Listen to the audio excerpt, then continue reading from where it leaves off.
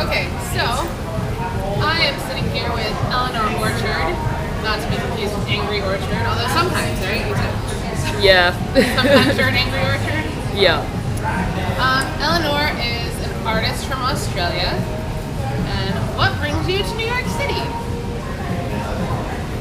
No.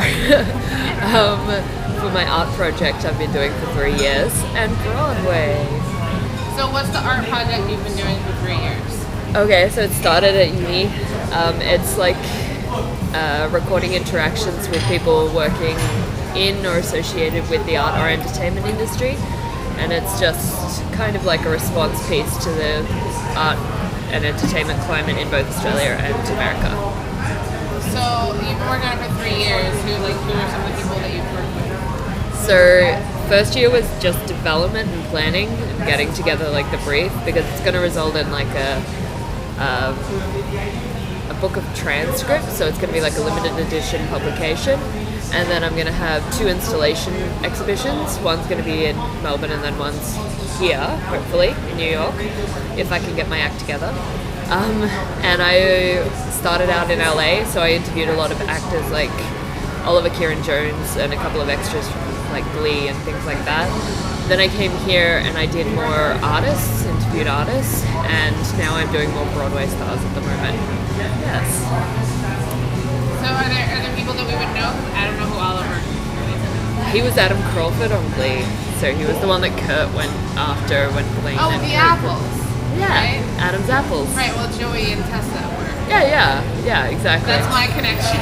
He talks about them in the interview, actually. nice. Yeah. Oh, and I keep calling it an interview. It's not an interview. They're discussions or interactions. Got it. Yes. So like it's not like what we're doing right now. No, because there's no set questions. It's like the goal of it is to get them talking normally. So I start out with kind of like prompts to get them talking, and they choose the duration of the conversation as well as the location, and then it goes from there. So some of them will go for like 10 minutes and you know that they're uncomfortable with me or uncomfortable with the interaction. Others have gone for like 2 hours. Yeah, it's really easy to read people when they're like on the spot. Yeah. Like you can I've done interviews that are so bad that like I'll wrap it up in 5 minutes. Like thank you so much for your time. Bye. There was a band that I was put through with it was set up through like their record company. Yeah. And I went and saw them, and I'd actually interviewed them previously, so this was really strange. Because the first interview was alright. Yeah. The second interview I did, I never even put it anywhere. They asked for it, like the record label was like, oh, did you do this? And I'm like, you know what, it was really awful. So no, like, it was just so uncomfortable. And it was very obvious that like, they were not really willing to give, like it's all one-word answers and stuff like that. So I was like, okay, great. Cool. I did that once with a freaking photographer. And he just basically just went, yes, no. And I was like, cool, you're great. I can see why you work with still images. So how much longer do you think this project's going to go? Until I've got enough content. So I originally thought it would just be one trip to LA. It didn't work out that way, so then it was the second trip, and now this is the third trip, and I've got to do a couple more in Australia, but Australians are really boring. I mean that in the nicest way possible. They're boring to you. Yeah, well, compared to some of the other people I've spoken to, I'm kind of like, Australia. Yeah. And it's like any spectrum. It's like beginning, like student actors, and like anybody that has a passion for this. Yeah, emerging all the way to fully established, as well as people who are associated or like even interested. It's just their perspective, basically, on their own work as well as other work and how it's changing. Yeah. What made you decide that this was something you wanted to do? At uni, I was going to art school. Everyone was sort of like, I'm an artist, like, I'm very cool.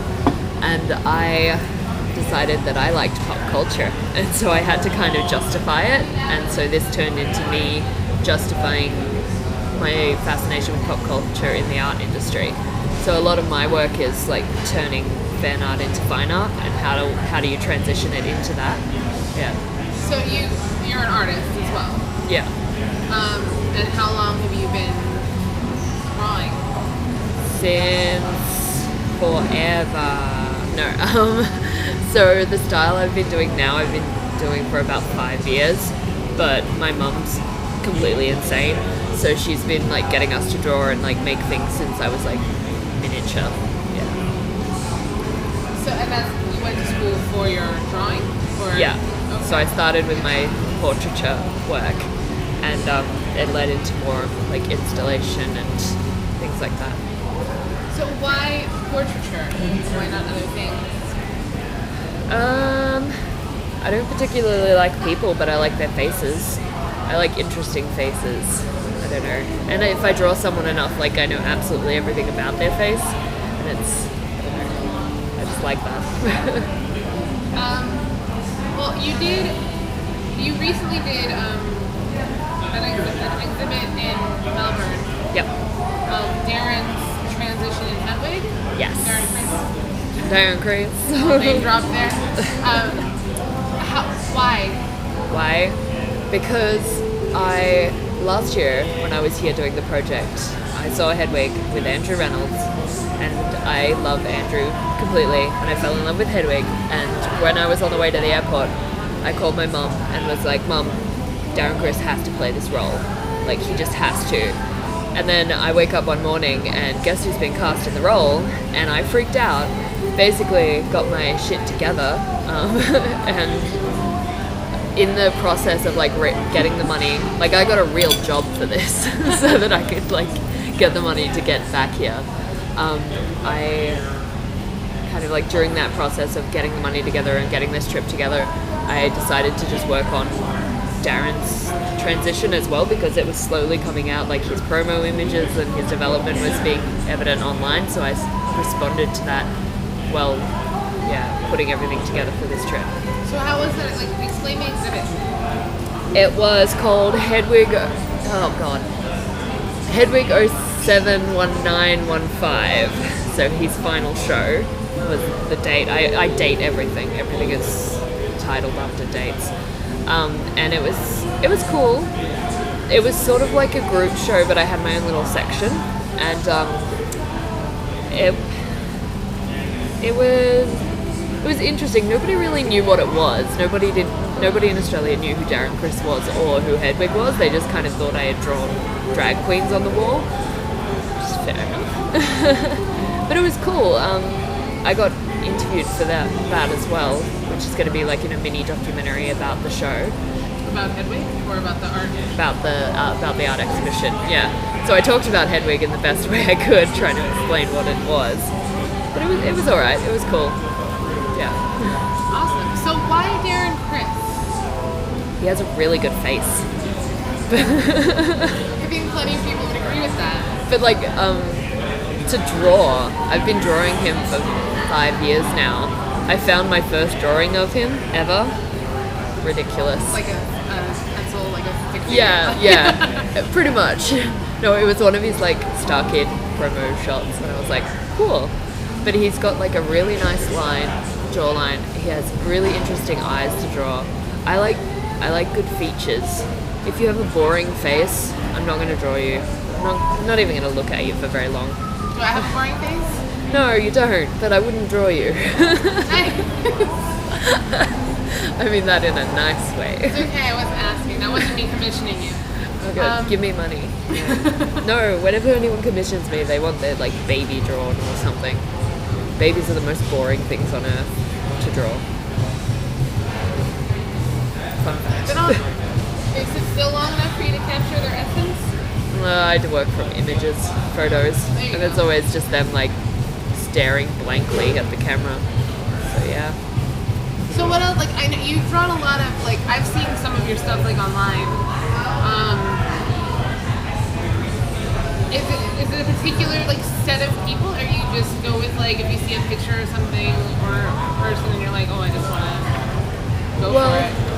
Wait. Like you did a lot of Rebecca from Hedwig. Oh god, she has a fantastic face to draw. And I've seen a lot of plain work. Yes. And is it just like things you're a fan of, or? Sometimes, but I'm fans of other things that I won't draw. Like, they just don't inspire me to draw. Like, the most valuable thing to me is a muse. And so if you're a muse to me, like, I'm just, like, you're completely precious. I adore you completely. And, I don't know, Darren has just never stopped. He's never been boring to me. Mia Voglitz has never been boring to me. Her face is amazing to draw. Rebecca's eyes are probably one of my favorite things on earth right now. Same with Chris Colfer's. Those eyes are ridiculous. And how dare he? But yeah. How dare he? I knew you did drawings of Andrew Reynolds. Hey. Did you do Andrew as Hedwig? Like, is that something that you're gonna like look into doing? Like all the different. Yes, actually, I really want to do all the Hedwigs and send it to John Cameron Mitchell or something like. Or just run into him on the street. Just casually, whatever. New York City. So yeah, you also had a book of poetry inspired by Hedwig. Yes. That I think is amazing. You clearly disagree with me. She literally, for those of you who don't know, in passing on this artwork, she'd be like, "This is really crappy, but I made it for you, so here." It just sounds really bad. Yeah, good. No, so the bad poetry, it's called bad because I like telling someone something's bad and seeing how they respond to it. If you don't give a judgment immediately, they're kind of like, "Oh, it's nice." But if you say something's bad, immediately they go, "Oh, it's not that bad," or "Oh, it's pretty good, like, oh, I liked it." And it's like, is that like a genuine response, or are you like pitying me? Like, it's The world may never know. yeah, I like the idea of bad being something interesting. It doesn't need to be like, I think boring is the worst thing anything can be, really. So bad could be good, just done in the right way. Yeah. And so you've managed to give this poetry to like everyone involved in the show. yes, all of the band have it. Peter says that it's in the dressing room. Yay. Darren has it, Rebecca has it, John Cameron Mitchell has it, Stephen Trask has it. Stephen said that his poetry is bad too, but I did exactly what everyone does to me, and I was like, no, it's not. No, you're great. No, it's wonderful. Yeah. But I also create the bad poetry as an exchange of my work for their opinion. So I usually give it to people who do my project as a thank you for doing the project. Yeah. So where can my listeners find your stuff? On my website, eleanororchard.com. And you're on all the social media too, yeah? Yeah, you can find links to it all on my website. Yeah. Very cool. Well, what else do you have planned while you're here? You're here till Saturday, right? Till Saturday, less than a week. So basically, as many project subjects as I can do. So I'm going to record as many people as I can, and then as many shows as I can. I just got something wrong, tickets for tomorrow. Very nice. So, as many shows as you can, or just as many like nights in theaters? 'Cause, like, as many implies to me that you're seeing different shows. But I happen to know that you saw one show several times. So. Several, like 8 times in a row. That's nothing really. No, so I am going to see different shows now, but I want to see Hedwig one more time before I go. Especially to say goodbye to my boys. What is your opinion? This has nothing to do with her work. What is your opinion of the transition between Darren Criss and Kate Higgs? Completely different show, but like not a bad transition. I think that like both of them are good, but going to see Tay, you shouldn't expect to see what you saw with Darren. Like it's just or any other Hedwig ever. Actually, Andrew Reynolds is my favorite Hedwig ever. But Darren is very beautiful and wonderful and very talented and all of that. But Andrew will be my number one Hedwig. He was your first Hedwig. Yeah. Well, my favorite version of Hedwig, John Cameron Mitchell, is Hedwig. Yeah, it's so funny when you talk Hedwig, and I don't want to get into this like on your video, but like when you talk Hedwig, people are always like, "Well, who's your favorite?" And it's like, "Well, you can't count John." But yes, you can. Like, obviously. Yeah. But yeah, I don't know. I personally have not seen Tay yet. I don't know when I will see him. He's will getting see him. better really quickly. I saw his first Well, so did 3 Darren. shows. Yeah. Like, obviously, like, I have nothing to compare because I was not there opening night for Kate, but I was there opening night for Darren, and I saw him throughout the entire run. And from opening to closing, Yeah. It's very clear that he was more comfortable and whatever. But like, Yeah. that's part of why I didn't want to go to Tia's opening. Excuse me, because you're gonna be, you know, the nerves are there and it's it's unfamiliar. But I don't know. It's an interesting show, and I think that it's really cool that it's bringing people from all over the world to come and see it. So yeah. I've been talking to you for a while. We finally just met because you just happened to be in town. Word. So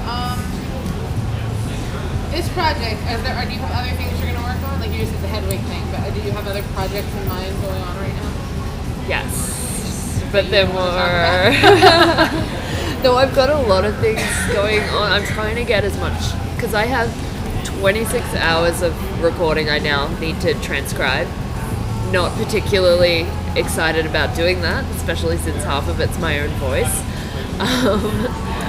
So I've got that, but then I'm doing like a whole series. I want to do Tits of Clay, and I want to draw all of them, the band from Hedwig. I'm not just saying words. You just want to just draw tits? Yeah, just gonna draw them all over the place, basically.